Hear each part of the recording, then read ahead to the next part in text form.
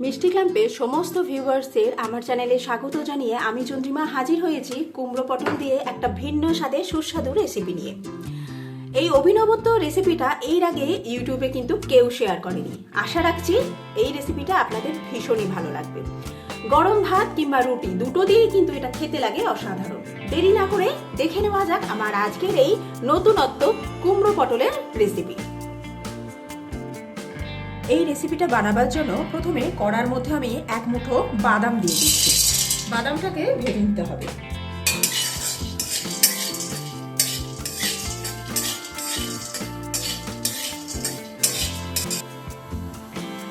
বাদাম ভেজে নেওয়া হয়ে গেছে, এবার আমি বাদামটাকে তুলে নিচ্ছি।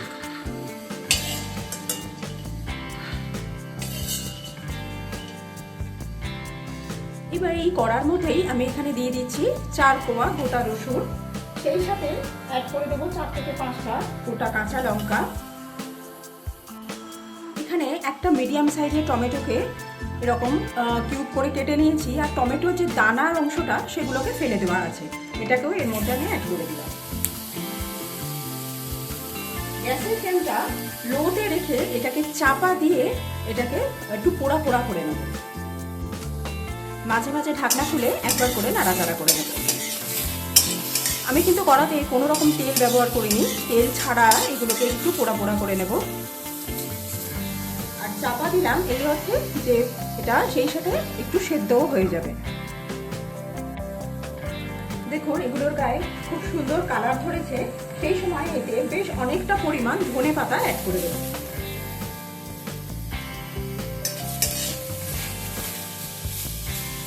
ধনে পাতাটা দেবার পর আরো কিছুক্ষণ সময় নিয়ে একটু নাড়াচাড়া করে নেব, যাতে ধনে পাতাটা একটু সফট হয়ে যায়। ধনে পাতাটা সফট হয়ে গেছে, গ্যাসের ফ্লেমটাকে এবার অফ করে দিলাম। এবার এইগুলোকে আমি একটা হামানদিস্তার মধ্যে নিয়ে নেব।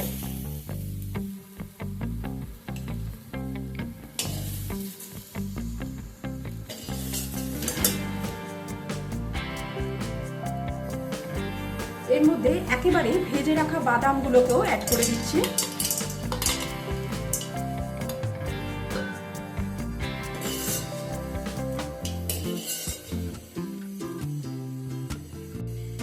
এবার এর মধ্যে নুন অ্যাড করে এটাকে হামানদিস্তায় থেতো করে নেব।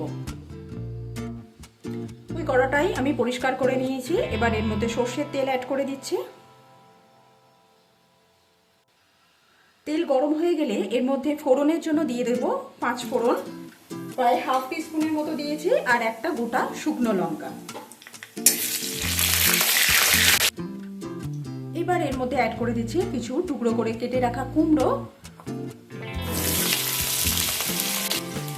দিয়ে দিচ্ছি কিছু পটল। একটা পটলকে মাঝখান থেকে চিড়ে নিয়ে তারপর সেটাকে আবার দুভাগে ভাগ করে নিয়েছি, এইভাবে কেটে নিয়েছি পটলটাকে, এটাকেও আমি অ্যাড করে দিলাম।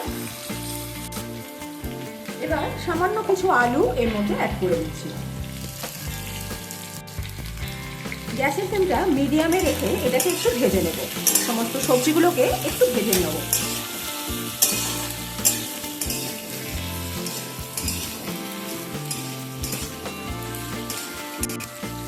ভাজতে ভাজতে সবজির গায়ে যখন অল্প একটু কালার ধরতে শুরু করবে, সেই সময় আমি এর মধ্যে একটা ছোট সাইজের কিউব করে কেটে রাখা পেঁয়াজ অ্যাড করে দিচ্ছি। এবার দিয়ে দিচ্ছি নুন, দিয়ে দেব হলুদ, অ্যাড করে দিচ্ছি হাফ টিস্পুন গরম মশলা। গুঁড়ো মশলার মধ্যে আর কোনো রকম মশলা এই রেসিপিটাতে ব্যবহার হবে না। একবার মিশিয়ে নেব সমস্ত কিছু।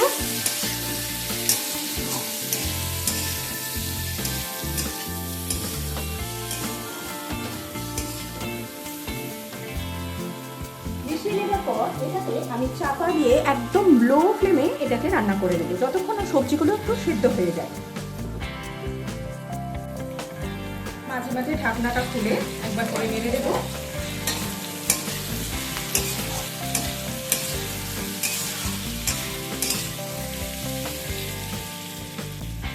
কিছুক্ষণ চাপা দিয়ে রান্না করার পর এর মধ্যে আমি সামান্য পরিমাণ জল অ্যাড করব।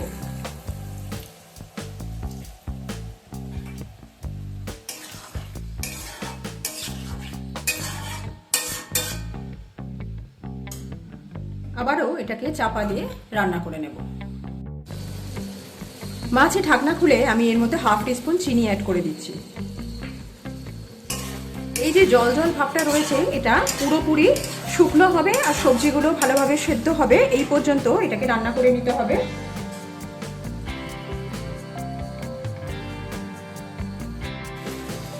সবজি প্রপারলি সেদ্ধ হয়ে গেছে আর জলটাও শুকনো হয়ে গেছে।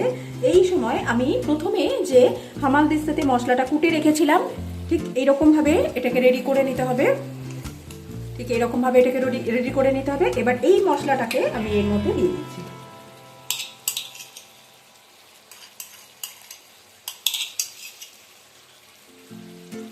এতে ধনেপাতার পরিমাণটা একটু বেশি দিলে খেতে ভালো লাগে, তাই চেষ্টা করবেন ধনেপাতাটা একটু বেশি পরিমাণে ব্যবহার করতে।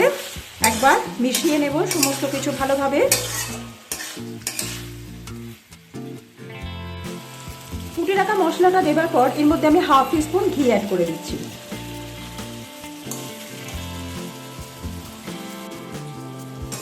সমস্তটা একবার ভালোভাবে মিশিয়ে নেব।